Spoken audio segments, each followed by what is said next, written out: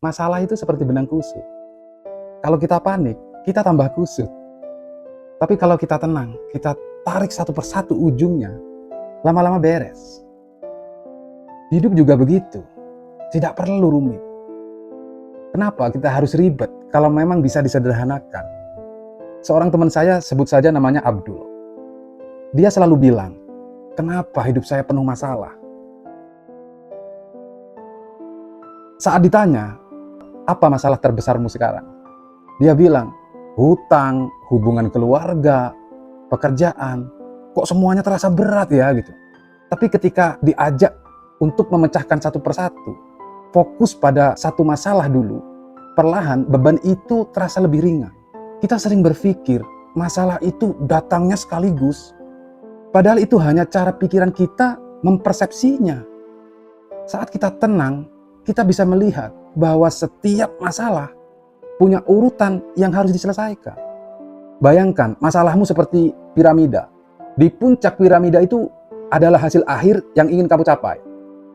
Tapi di bawahnya ada banyak lapisan kecil yang bisa kamu urai. Coba, tulis semua masalahmu itu dan urutkan. Jangan langsung lari ke puncak, tapi bangun dasar yang kuat. So, coba ambil kertas sekarang, tuliskan satu masalah yang sedang kamu hadapi. Di bawahnya, pecah masalah itu menjadi 3 pertanyaan. 3 pertanyaan. Apa yang bisa saya lakukan sekarang? Itu yang pertama. Yang kedua, apa yang harus saya pelajari? Yang ketiga, apa yang harus saya serahkan? Ini penting. Dan lihat hasilnya. Kamu bisa menyederhanakan sesuatu yang tadinya terasa besar. Ingat, perencanaan sederhana mengalahkan kebingungan yang rumit. Jangan berpikir bahwa masalah itu musuh. Bukan. Masalah adalah guru yang datang untuk mengajarkan sesuatu. Ketika kita mulai melihat masalah sebagai pelajaran, kita jadi lebih mudah mencari solusinya. Masalah tidak datang tanpa alasan. Dia mengajarkan kesabaran, ketenangan, bahkan keberanian. Jangan tanya, kenapa masalah ini datang? Tanyakan, apa yang harus saya pelajari dari masalah ini? Ingat, inna ma'al usri yusra. Sesungguhnya, sesudah kesulitan itu ada kemudahan. Ingat, Einstein mengatakan, dalam setiap kesulitan ada kesempatan yang tersembunyi. Masalah itu besar kalau kamu melihatnya sekaligus. Tapi coba, lakukan ini. Pecah masalah menjadi 3 hal. Yang pertama, apa yang bisa saya kendalikan? Yang kedua, apa yang tidak bisa saya kendalikan?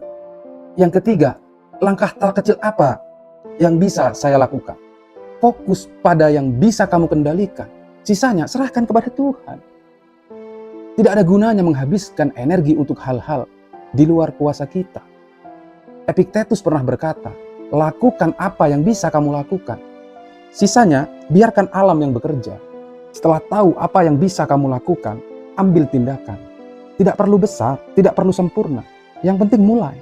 Langkah kecil adalah awal dari perjalanan besar. Kalau masalahmu tentang keuangan, mulai dengan mencatat pemasukan dan pengeluaran mulai hari ini. Kalau masalahmu pekerjaan, pilih satu tugas kecil dan selesaikan. Kalau masalahmu hubungan, mulailah dengan mendengar tanpa menelan.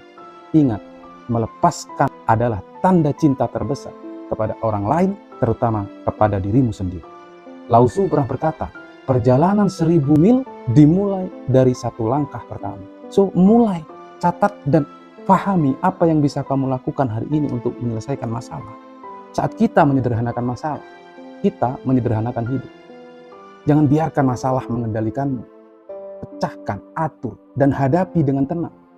Karena masalah bukan untuk mengalahkanmu, tapi untuk membuatmu lebih kuat.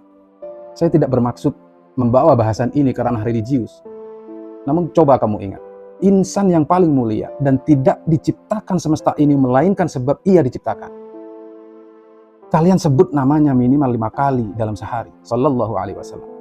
Sejak dalam kandungan sudah yatim dan tak pernah melihat sosok sang ayah. Di usia 6 tahun, ibunya wafat dalam sebuah perjalanan bersama beliau. Dan di depan mata kepala beliau sendiri, beliau menyaksikan ibundanya wafat. Dikatakan hanya berdua beliau bersama Ummu Aiman memakamkan ibunya. Tangan kecil dan lembut beliau ikut menggenggam tanah untuk pemakaman ibunya. Ada yang mengatakan ketika hendak pergi meninggalkan makam ibunya, beliau tak henti-hentinya menoleh ke makam ibunya. Saya pergi meninggalkan makam ibunya. Kemudian beliau diasuh oleh kakeknya. Selang 2 tahun, kakeknya pun juga meninggal. Kehidupan beliau Shallallahu Alaihi Wasallam harus menjadi pelajaran berharga bagi umat manusia. Ini sebaik-baiknya ibarat yang mengajarkan bahwa kesulitan dan cobaan hidup bukanlah akhir dari segalanya, melainkan batu loncatan untuk mencapai kemuliaan dan kedewasaan jiwa.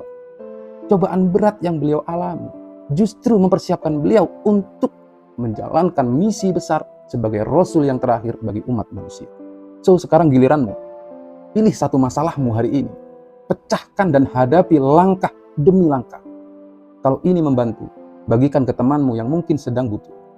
Ingat, hidup itu sederhana. Asal kita bijak dalam menghadapinya.